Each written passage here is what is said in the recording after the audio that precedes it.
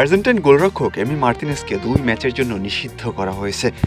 নিষেধাজ্ঞার কারণে তিনি আগামী 10 অক্টোবর ভেনেজুয়েলা এবং 15 অক্টোবর বলিভিয়ার বিপক্ষে আর্জেন্টিনার বিশ্বকাপ বাছাই পর্বে ম্যাচ খেলতে পারবেন না।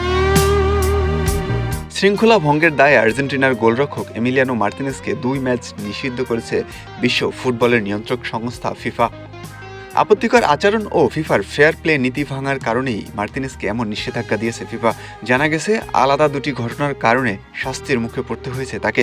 32 বছর বয়সী আর্জেন্টাইন গোলরক্ষক গত 5 সেপ্টেম্বর বিশ্বকাপ বাছাইয়ে চিলির বিপক্ষে ম্যাচের প্রথম ঘটনাটি ঘটান। আর্জেন্টিনার কোপা আমেরিকা জয়ের রেপ্লিকা ট্রফি নিয়ে অনুশীলন অঙ্গভঙ্গি করেন তিনি, যেমনটা করেছিলেন কাতারে 2022 বিশ্বকাপ জয়ের পর গোল্ডেন গ্লাভস হাতে নিয়ে। দ্বিতীয় ঘটনাটি 10 সেপ্টেম্বর কলম্বিয়ার বিপক্ষ ম্যাচে। সেদিন ম্যাচ হারার পর ক্যামেরায় ধাক্কা দেন মার্তিনেজ। ক্যামেরাম্যান জনি জ্যাকসন পরবর্তীতে জানিয়েছেন, মার্তিনেজ তাকে